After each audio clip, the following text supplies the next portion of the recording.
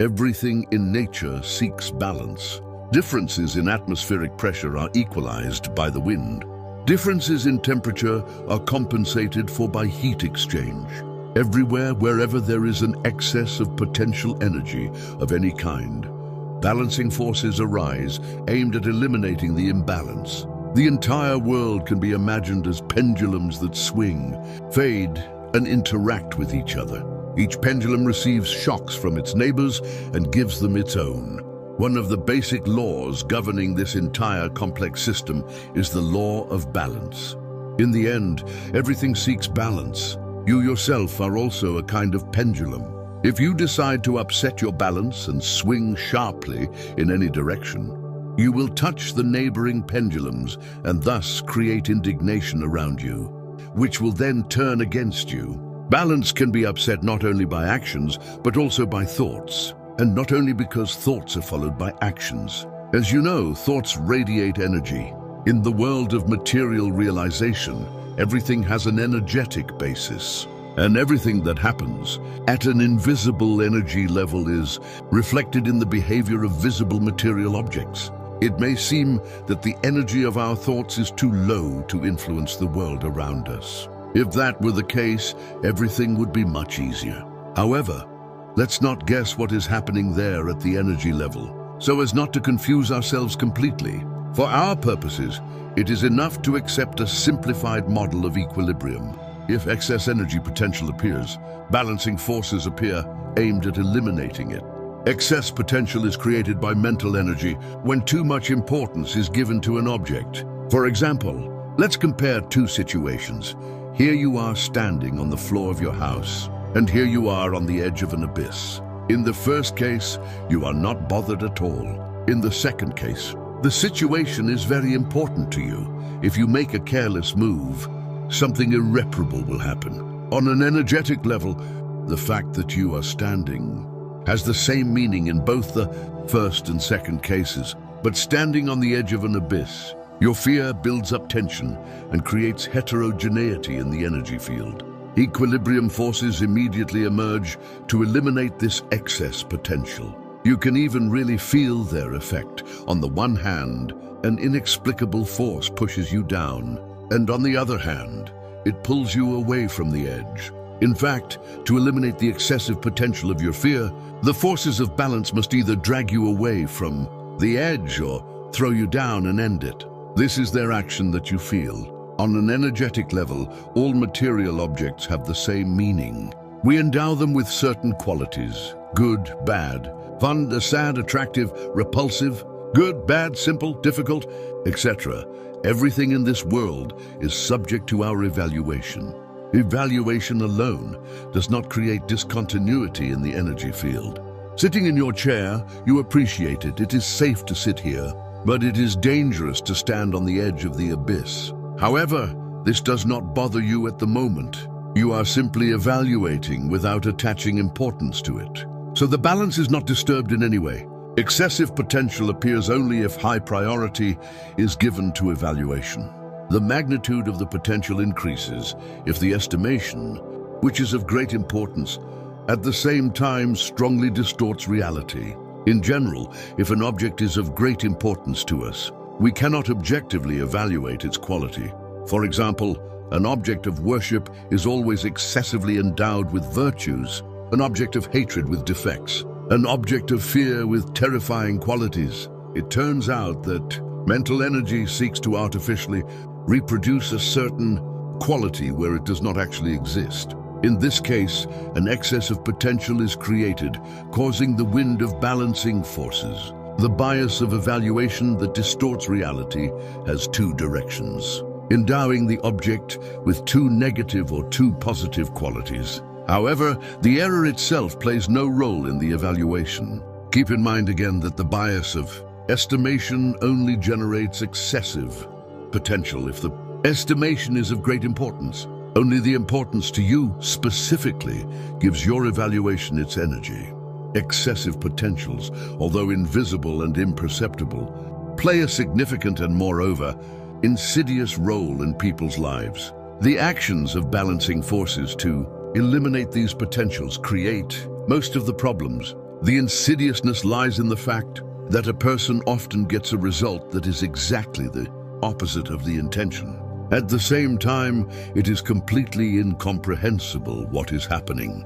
This gives rise to the feeling that some inexplicable evil force is at work, a kind of law of meanness. We have already touched on this topic when discussing why we get what we actively do not want. Let's look at the following example of how what we, on the contrary, actively want slips away from us. There is a misconception that if you devote yourself completely and utterly to work, you can achieve outstanding results. From the point of view of balance, it is quite obvious that going to work means putting this work on one side of the scale and everything else on the other. The balance is upset and the consequences are not long in coming. The result will be exactly the opposite of what was expected. If working more means earning more or improving your qualifications, then of course you should make an effort and nothing bad will happen. But in everything you need to know when to stop. If you feel that you are very tired or that work has become hard work for you, then you should slow down or change jobs altogether. Excessive efforts will necessarily lead to a negative result. Let's see how this happens. In addition to work, you are surrounded by a certain system of values: home, family, entertainment, free time, etc.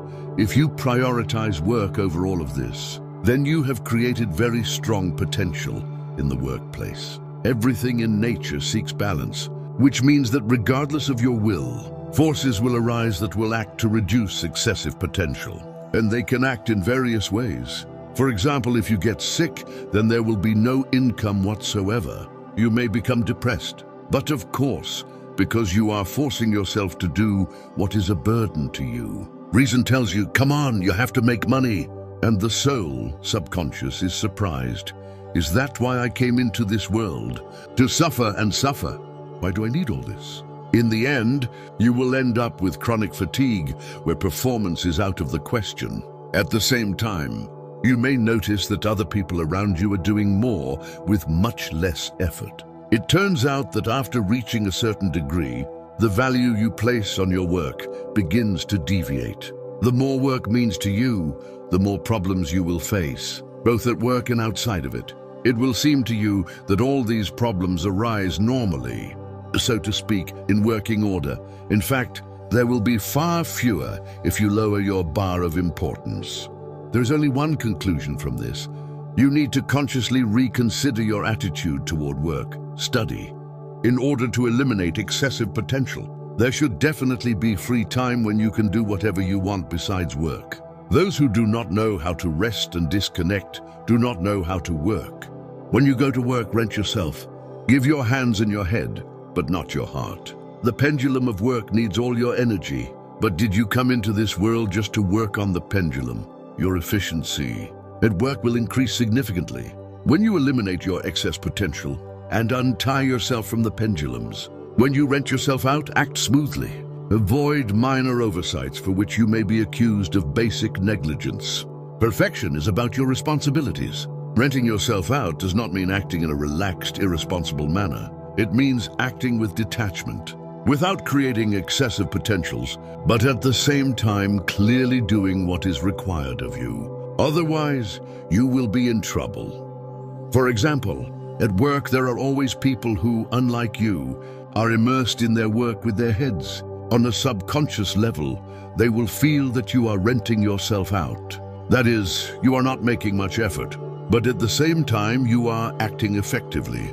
These diligent people will intuitively begin to look for an excuse to catch you in some kind of carelessness. As soon as you make a mistake, they will immediately pounce on you. The mistake will be elementary and therefore annoying. For example, you may be late, forget something, or miss something. If you were immersed in your work, the mistake would be excusable. But now they will accuse you of being irresponsible with your work. Such situations can arise not only at work, but also in the family, in your circle of acquaintances. Therefore, in any situation where you are hired, it is necessary to fulfill your duties clearly so that you are not reproached. Perfection should not be observed by you, but by your inner observer, the watcher. Otherwise, you will plunge back into the game with your head The inner watcher has nothing to do with multiple personality disorder. It simply notices in the background what you are doing and how. One might argue, how do you get used to putting your soul into business? It depends on what business. Going to work is justified only in one case, if work is your goal. We will talk about what your goal is later. In this case, work serves as a tunnel that leads you to success. On the contrary, that work fills you with energy, gives you joy, inspiration, and satisfaction. If you are one of the lucky few who can say this with confidence about your work, then you have nothing to worry about. All of the above also fully applies to study. Next, we will consider other situations in life where excessive potentials are created and what harmful consequences the actions of balancing forces bring with them.